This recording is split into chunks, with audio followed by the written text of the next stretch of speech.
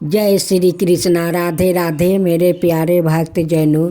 आज आप सुनेंगे फागुन मास की शिव का 5 रूप की गाथा।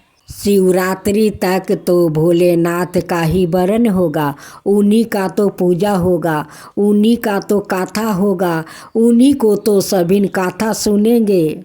जो भक्त शिवरात्रि पर भोलेनाथ का ये 5 रूप का गाथा सुनते हैं उन्हें जरूर पुण्य फल मिलेगा। तो बोले भोलेनाथ की जय हो, भोलेनाथ की जय हो, माता पार्वती की जय हो, माता पार्वती की जय हो। राधे राधे भक्त जनों। अब आप सुनेंगे फागुन शिवरात्रि की व्रत कथा। जिस समय सवेरे केवल अंधकार ही अंधकार था, ना सूर्य दिखाई देते थे और ना चंद्रमा, और ना ये ग्रहों नक्षत्रों का भी कहीं पता नहीं था। ना दिन होता था और ना रात। अगर ही पृथ्वी जल और बाहु की भी साता नहीं थी। उस समय एकमात्र सत्य ब्रह्मा अर्थात सादा शिव की ही साता विद्यमान थी, जो अनादि और चिंतन कही जाती है। उन्हीं भगवान सादा शिव को वेद पुराण और उपनिषद और संत महात्मा आदि ईश्वर और सबर लोग परमेश्वर कहते हैं। एक बार भगवान शिव के मन में दृष्टि रचने की इच्छा हुई। उन्होंने सोचा कि मैं एक से अनेक हो जाऊं। यह विचार आते ही सबसे पहले परमेश्वर शिव ने अपनी परम शक्ति अंबिका को प्रकट किया और उनसे कहा कि हमें दृष्टि के लिए किसी दूसरे पुरुष का सृजन करना चाहिए, जिसके कंधे पर दृष्टि संचालन का महान भार रखकर हम आनंद पूर्वक विचारण कर सके। ऐसा निश्चय करके शक्ति सहित परमेश्वर शिव ने अपने बावां अंग के 10वें भाग पर अमृत मल दिया। वहाँ से तत्काल एक दिव्य पुरुष प्रकट हुआ। उसका सुंदर तुलनिया था। उनमें से 7वें गुण की परिधानता थी। वो परम शांत और अथाह सागर की तरह गंभीर था। रेशमी पीतांबर से उनके अंग की शोभा दुर्गीत हो रही थी। उसके चारों हाथों में शंख चक्रा गादा और परबुंद सुशोभित हो रहे थे। उस दिव्या पुरुष ने भगवान शिव को प्रणाम करके कहा कि भगवान, मेरा नाम निश्चित कीजिए और काम बताइए। उसकी बात सुनकर भगवान शंकर ने मुस्कुरा कर कहा, बस्ते व्यापक होने के कारण तुम्हारा नाम विष्णु होगा। दृष्टि का पालन करना तुम्हारा कार्य होगा। इस समय तुम उत्तम तप करो। भगवान शिव का आदेश प्राप्ति कर श्री विष्णु कठोर तपस्या करने लगे। उस तपस्या के श्रम से उनके अंगों से जल धारा निकलने लगी, जिससे सूना आकाश भर गया। अंत उन्होंने थक कर उसी जल में शयन किया। जल अर्थात नार में शयन करने के कारण ही श्री विष्णु का एक नाम नारायण हुआ।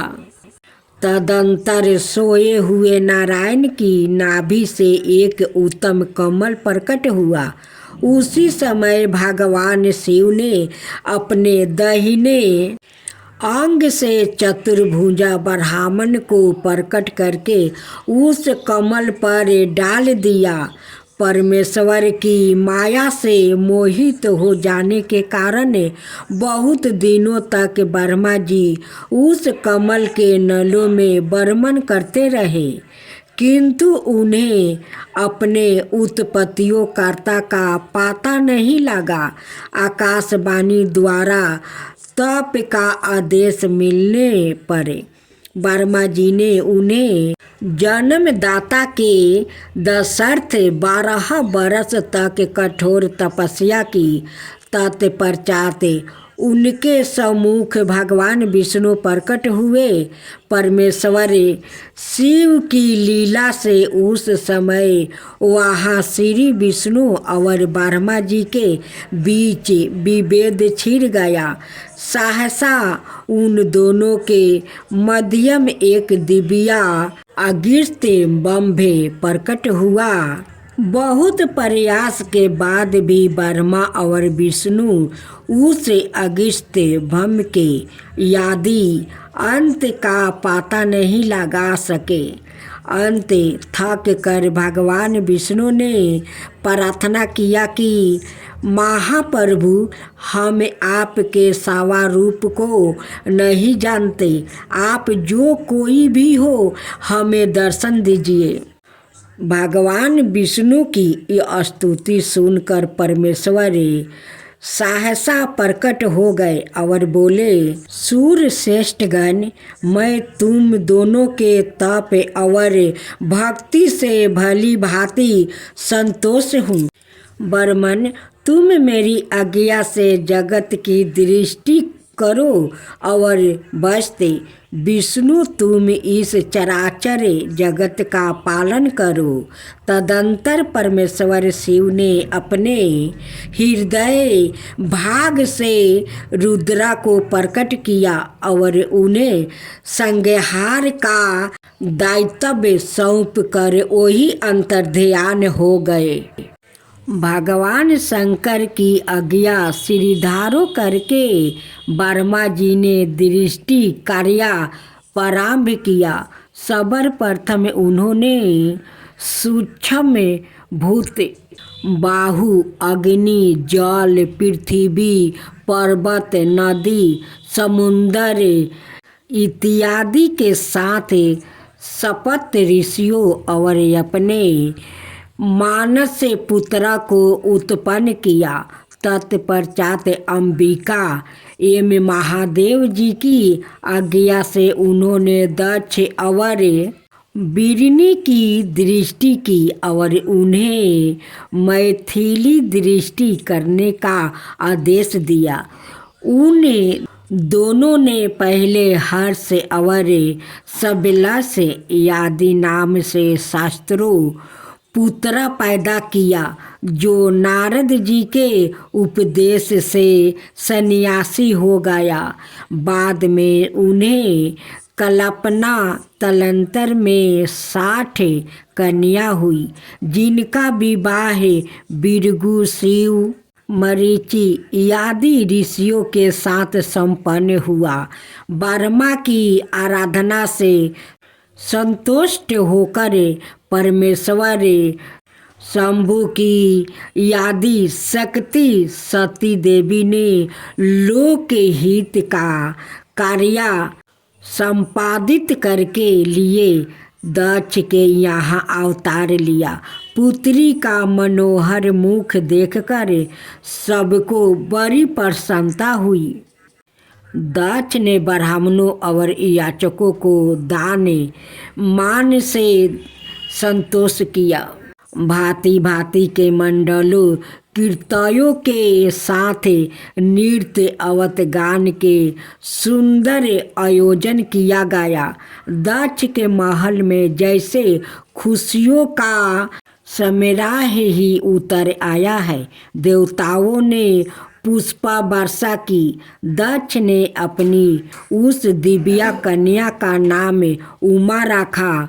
परमेश्वर शिव की अभिनव स्वरूप होने के कारण वो बाल्यावस्था से ही उनके ध्यान में निमग्न रहा। करती थी। एक दिन देव ऋषि नारद और पीताम्बा वर्मा जी उस अद्भुत बालिका के दर्शन की इच्छा से दक्ष के यहाँ आए। वर्मा जी ने भगवती सीता से कहा, जो केवल तुम्हें ही चाहते हैं और तुम्हारे मन में भी जिनको पति रूप में प्राप्ति करने की अभिलाषा है, उन्हीं महादेव जी की तुम्हें तपस्या करनी चाहिए। ऐसा कहकर वर्मा जी देव ऋषि नारद के साथ अपने लोक को चले गए।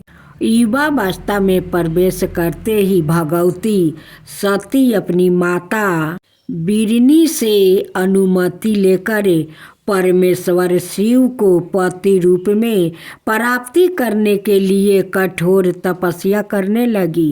तपस्या करती हुई सती मूर्तिमती सिद्धि के समान दिखलाई देती थी। भांति भांति के उपचारों द्वारा परमेश्वर की साधना में वो इस तरह लीन हो गई कि उन्हें अपने शरीर की भी सुधि नहीं रही।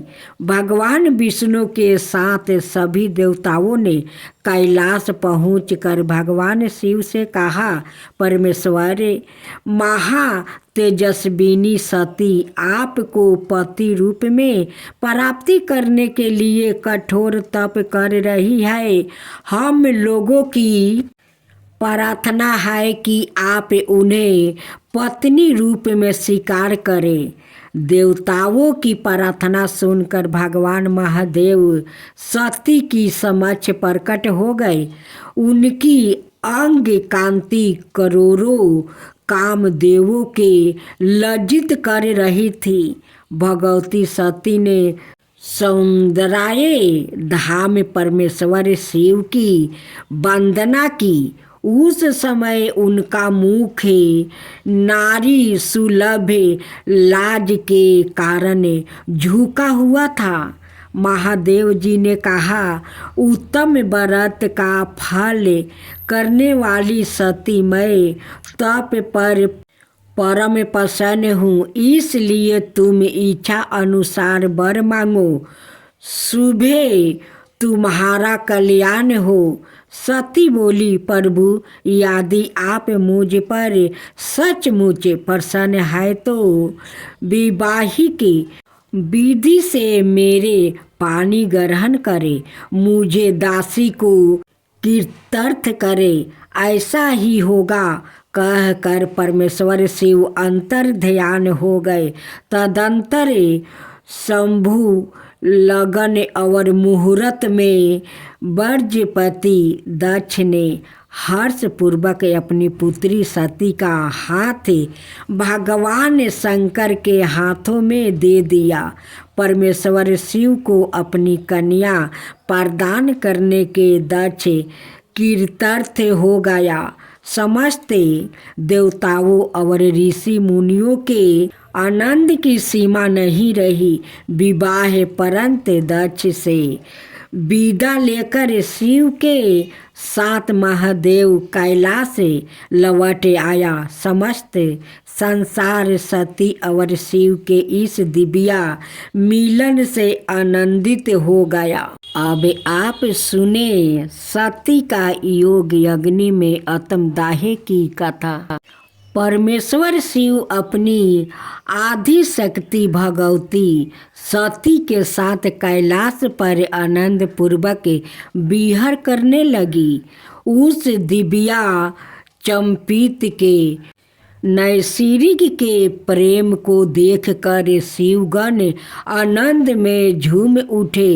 प्रकृति भी अपने कुसुमती बनों और निर्मल सरोवरों के रूप में पलक पवारे बिछाए उमा परमेश्वर का नृत्य स्वागत करने लगी। इस तरह विश्वेश्वर भूतनाथ शिव को भगवती सती के साथ संग रहते हुए बहुत समय बीत गया। एक समय की बात है, भगवान रुद्र सती के साथ दंड कारण से होकर गुजर रहे थे। वहाँ उन्होंने लक्ष्मण सहित भगवान राम को देखा, जो रावण द्वारा छल पूर्वक हरी गई। अपनी प्यारी पत्नी सीता को ढूंढते हुए वन वन भटक रहे थे। बिहार में व्याकुल श्री राम ऊंचे सवार हाय सीते पुकारते हुए विलाप कर रहे थे। उस समय महादेव ने बड़ी श्रद्धा से नतमस्तक होकर और जय सचिंदन नंदे कहकर उन्हें प्रणाम किया। परमेश्वर शिव की यह लीला देखकर सती जी को बड़ा विस्मय हुआ। उन्होंने भगवान शंकर से पूछा, प्रभु, भक्त के समान इतना विनम्र होकर आप इन्हें दोनों राजकुमारों को क्यों प्रणाम कर रहे हो?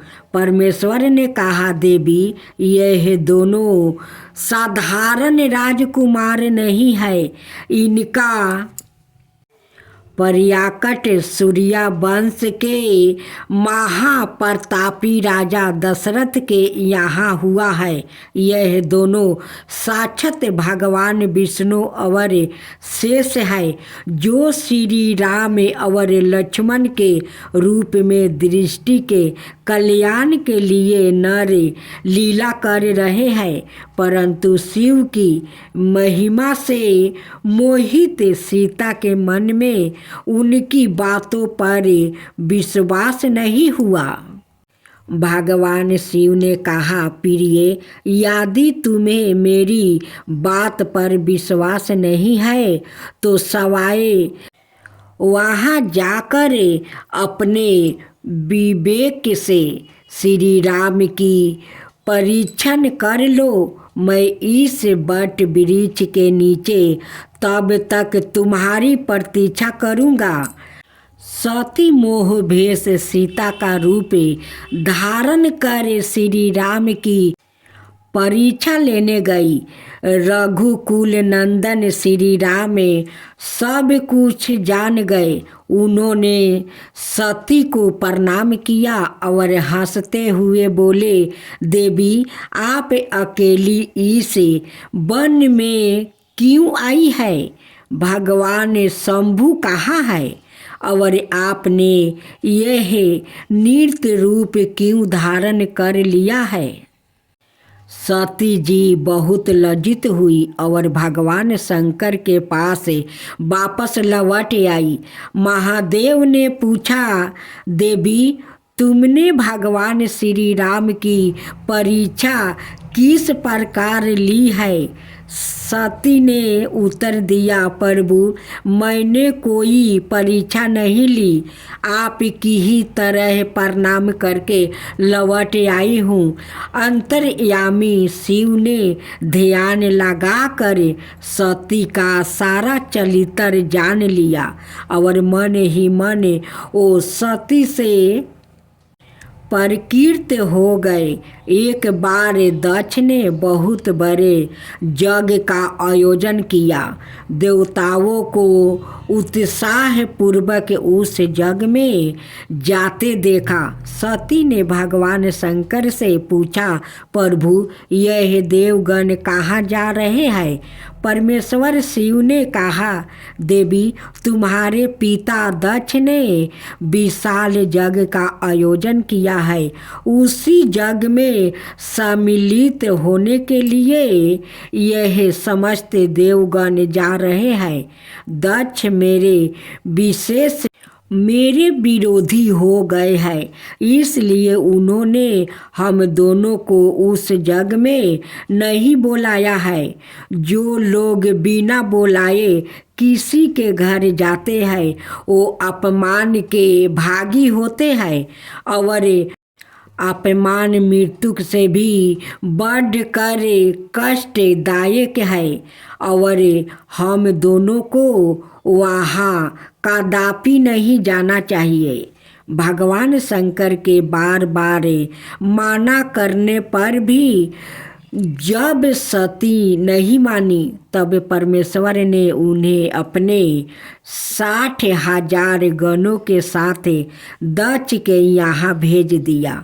जग में भगवान शिव का भाग ना देखकर सती अत्यंत क्रोधित हुई और अपने शरीर को उन्होंने वही अग्निकुंड द्वारा जलाकर भस्म कर दिया। चारों ओर हाहाकार मच गया। रुद्रागण कृपित होकर जग को नष्ट भ्रष्ट करने लगे। किसी तरह महर्षि भृगु ने रक्षोधन मंत्र से जग की रक्षा की। अब आप सुने वीरभद्र की कथा। भगवती सती के योग अग्नि में जलकर भस्म हो जाने का समाचार शिवगणों ने भगवान शिव को सुनाया। शिवगणों ने कहा, परमेश्वर दक्ष बड़ा ही दुरात्मा है और घमंडी है।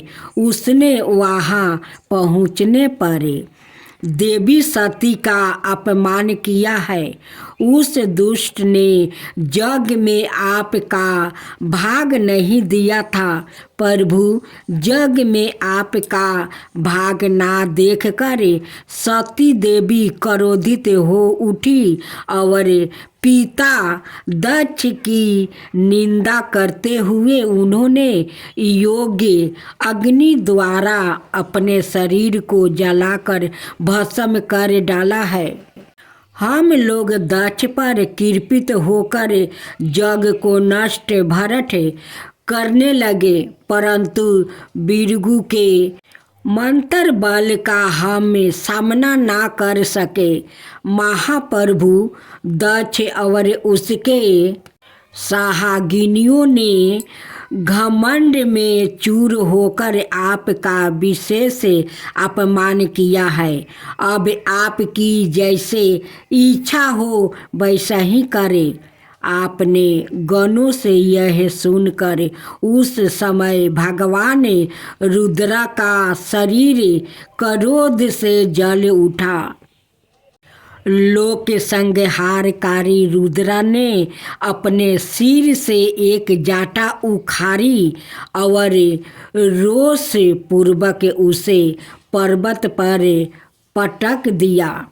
उस जाटा के 2 टुकड़े हो जाएगा और महाभयंकर शब्द हुआ।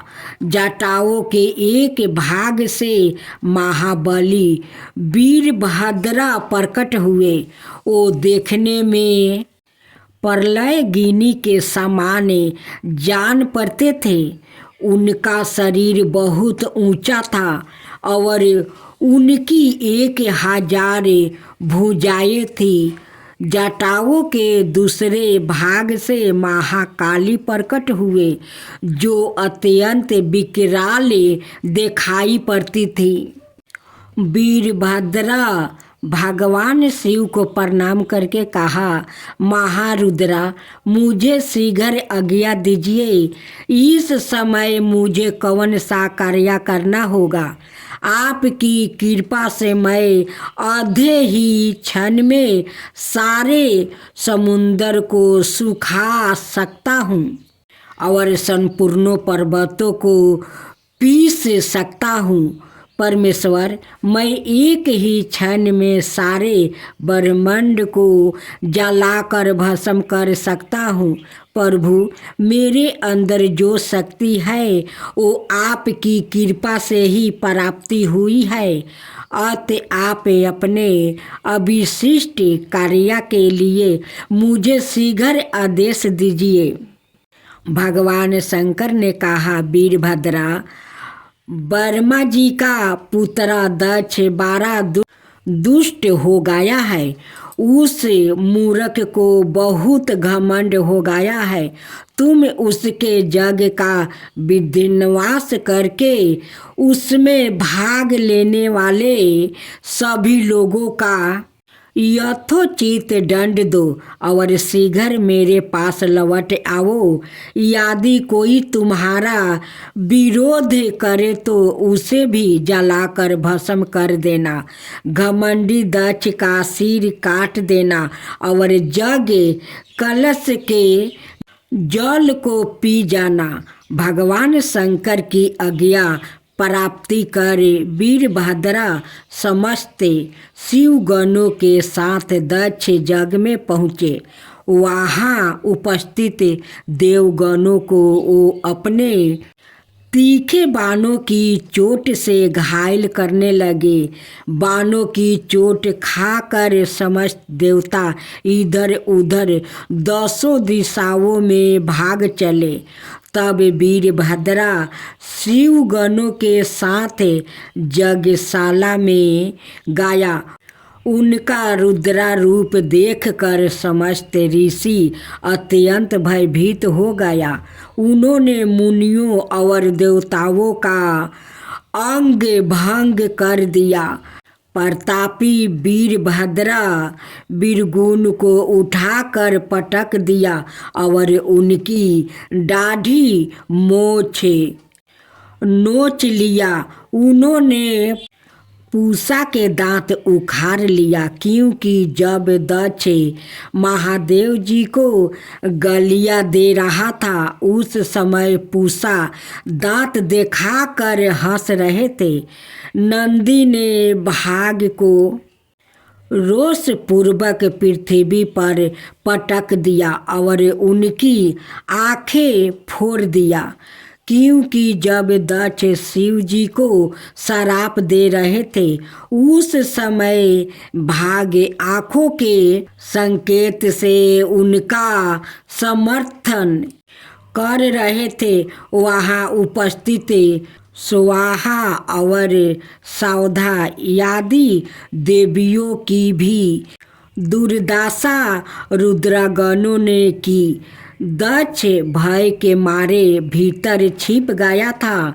वीरभद्रा उनको बलपूर्वक बाहर घसीटते लाया और उनके मस्तक पर उन्होंने तलवार का प्रहार किया।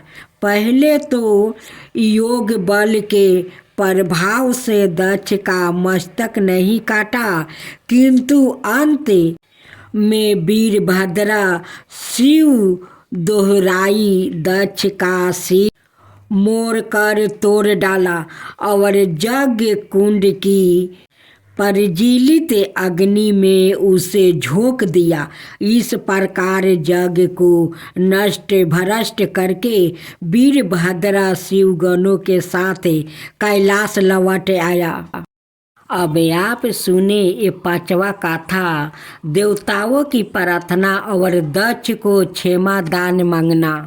दक्ष जग में रुद्रगणों द्वारा पराजित किए जाने से व्यवस्थित मुनि और देवता ब्रह्मा जी के पास गया। ब्रह्मा जी भी अपने पुत्र दक्ष का सिर जग कुंड में भस्म होने के कारण पुत्र शोक में व्याकुल थे। तदंतर देवताओं और मुनियों को साथ लेकर ब्रह्मा जी भगवान विष्णु के पास गया।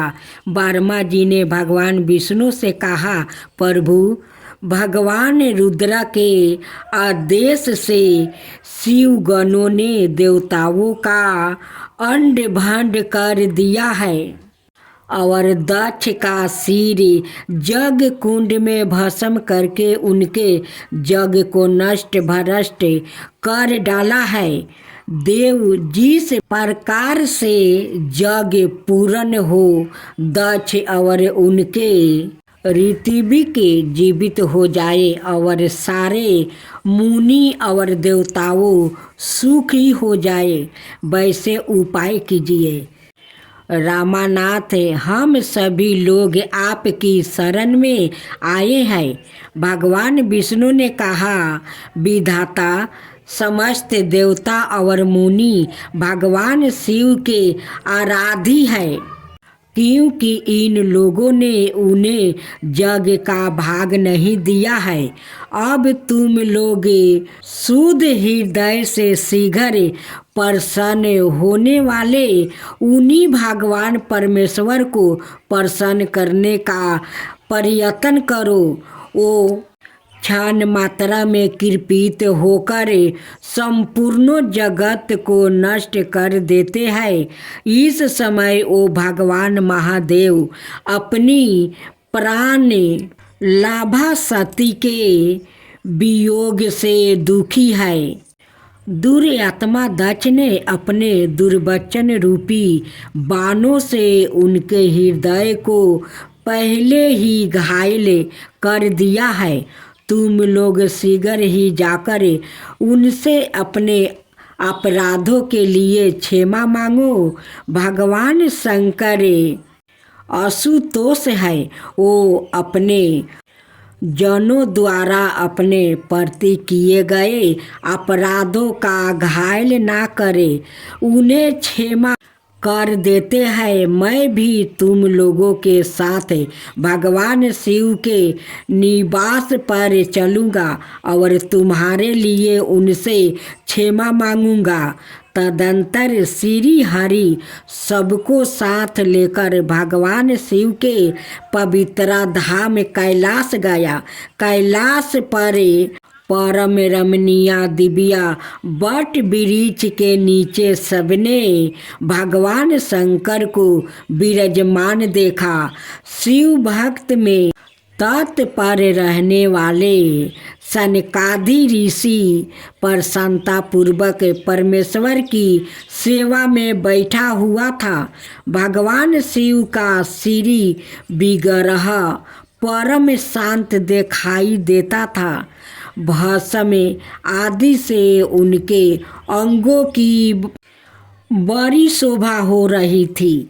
इस दिव्य रूप में परमेश्वर का दर्शन करके विष्णु सहित सभी देवताओं ने हाथ जोड़कर उन्हें प्रणाम किया और उनकी स्तुति करते हुए वो कहने लगे, परमेश्वर आप संपूर्ण दृष्टि के आदि कारण है।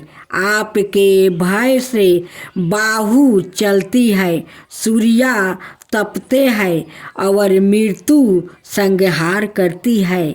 हे परमेश्वर, हम लोग अत्यंत दुखी हैं। दीन होकर आपकी शरण में आया है, आप हमारी रक्षा कीजिए।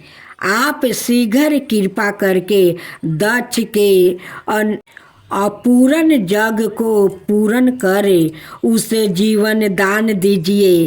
भाग की आंखें, पुष्पा के दांत, बिरगुन की दाढ़ी, मोछ और देवताओं के अंग पूर्वत ठीक हो जाए। हे नाथ, यज्ञ कर्म पूर्ण होने पर जो कुछ शेष रहे वो संपूर्ण आपका भाग हो। ऐसा कहते हुए देवता और मुनियों गणों परमेश्वर के चरणों में दंड के समान पड़ गया। महादेव जी प्रसन्न होकर बोले, दक्ष, यज्ञ का विनाश मेरे द्वारा नहीं हुआ है। दक्ष सवाए दूसरों से दुष्ट ही करता था। दूसरे के प्रति किए गए वातावरण ही अपने लिए फलित होता है। अतः ऐसा कर्म कभी नहीं करना चाहिए जो दूसरों को कष्ट देता हो। दक्ष का विनाश उसके अहंकार द्वारा हुआ है। दूसरों के प्रति किए गए उसका दुष्ट ही उसके अहंकार का कारण बनता है। मैं बालक के समझ कर उसके अपराध को क्षमा करता हूँ।